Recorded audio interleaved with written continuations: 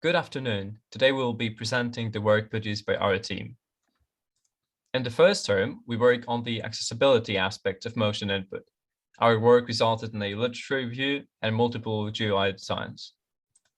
For this term, we came up with the following high-level requirements to make motion input more configurable, as previous iterations fell short on this aspect, to develop an intuitive protocol for communication, allowing users to easily make changes to their settings, to provide enhancements on the head and eye modules, refactoring them to make them more appropriate for the updated architecture, to allow the usage of motion input on more lightweight systems, and lastly, to provide optimized executables, allowing for easy distributions to the public.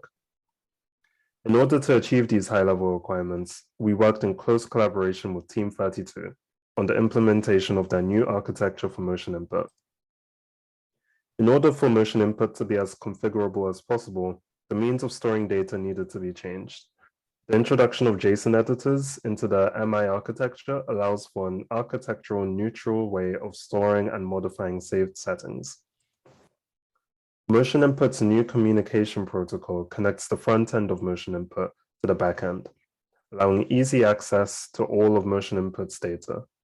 This short GIF shows the protocol starting and stopping Motion Input, as well as modifying a configuration value. To improve the user experience of the exercise module, we introduced a setup wizard with other teams. The mode effectively guides users to assign key inputs and mouse movements.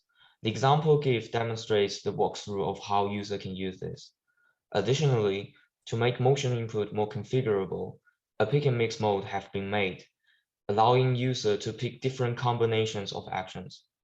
In this example, open mouse is used for double-clicking, nose for cursor movements, index pinch for left click, and middle pinch for right click. To help Team 32, we migrated the eye module core into the new architecture. Several machine learning models are used to convert where the user is staring at into a cursor position. We also worked with Team 5, and our future work will be discussed in their presentation. Another facial navigation feature is using one's nose as a mouse. Together with other motion input teams, we aim to improve the precision of nose tracking. As a result, the nose grid mode has been introduced, providing easier navigation that is continuous counterpart.